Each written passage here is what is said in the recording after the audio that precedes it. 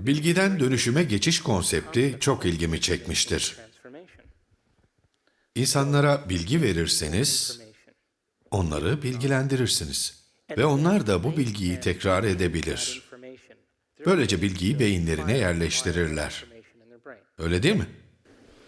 O zaman bu bilgiyi beyninize yerleştirdiyseniz, onu tekrarlayabilirsiniz. Bu da tamam mı? Yani yaptığınız şu: bir resim görüyorsunuz.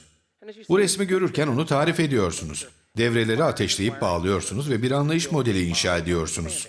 Öyle mi? O zaman insanlara bu bilgiyi nasıl uygulayacaklarını ve deneyimin gizemini nasıl kaldırabileceklerini öğretirseniz, bilim, mistisizmin çağdaş dilidir. Bilim, açıklanamayanı açıklama lisanıdır. Din değildir, gelenek değildir, toplulukları ayrıştıran bir kültür de değildir. Bu şekilde konuşmaya başlarsanız insanlar sizi dinlemeyi bırakır. Fakat bilim topluluklar oluşturur.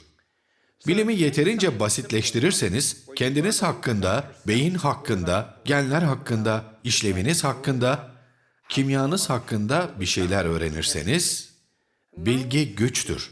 Ama kendiniz hakkında bilgi edinmek, kendinizi güçlendirmektir. Siz insanlara bu bilgiyi nasıl uygulayacakları konusunda talimat verebilir ve bunu deneyimlemeleri için bir noktaya kadar gizemi açabilirsiniz. Ve bu deneyimler bir tür dönüşüm oluşturur. Bu dönüşümü ölçebilirseniz, dönüşümü öğretmek için daha fazla edinmez misiniz? Hadi biraz düşünün. Şayet bu dönüşümü ölçmeniz mümkün olsa, dönüşümü öğretmek için daha çok bilgi toplarsınız. Bilgiyle deneyim arasındaki uçurumu kapatmaya başlarsınız. Bizim geçen sene yaptığımız da buydu. Hepsinin arkasında yatan güzellikse, ki benim için en saygın andı, insanların kendi gerçek potansiyellerini deneyimlediklerini görmekti. Ben bundan sonra öyle açılış konuşmalı sunumlar yapmak istemiyorum. Konferanslar vermeye pek heves etmiyorum. Ben bunu yapmak isteyen insanlarla olmak istiyorum. Bunu gerçekten uygulamak isteyen insanlarla.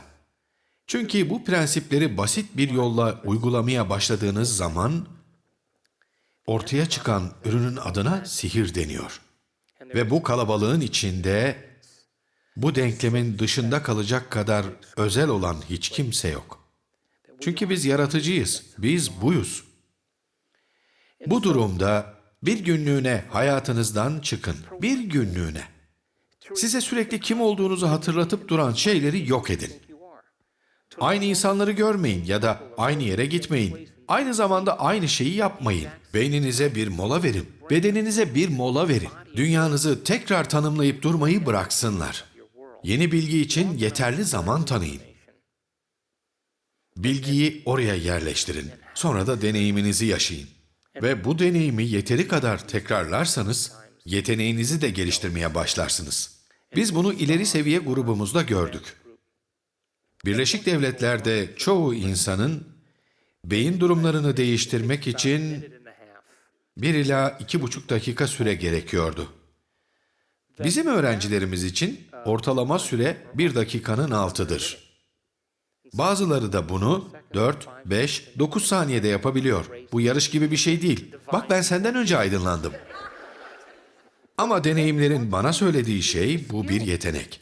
Ve ne kadar çok pratik yaparsanız o kadar iyi olursunuz. Şimdi, bu hafta sonu öğreneceğiniz gibi etrafı bırakıp içeri girdiğinizde, kendinizi analiz edip düşünüyor olursanız, beyin dalgalarınız değişmemiştir. Sadece gözünüz açıkken yaptığınızı, gözünüz kapalı yapıyorsunuz. Beni anlıyor musunuz?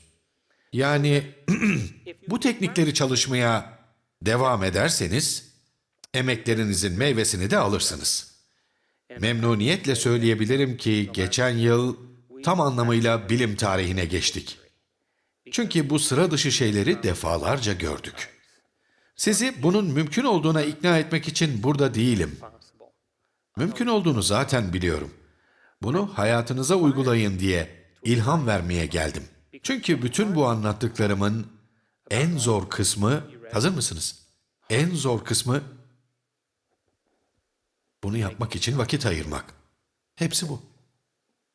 İçten dışa bir değişim için Değerli benliğiniz için kendinize vakit ayırmak. Bu dediğimi yapan insanlar, bilimin asla değişmez dediği nadir rastlanan genetik rahatsızlıklarını iyileştirdiler. Tıp ilmi unut gitsin demiş. Şimdi ise yepyeni bir hayatları var. Üstelik de vücutlarında bir iz, bir araz kalmadan tamamen normaller. Ne diyorlar biliyor musunuz? Hastalığım benim en büyük öğretmenimdi. İşte böyle diyorlar. Ama nehri geçerken böyle demiyor, sızlanıyorlardı. Neden hala olmuyor? Olması lazımdı. Hedefe bir kez ulaşınca bir daha böyle düşünmüyorsunuz.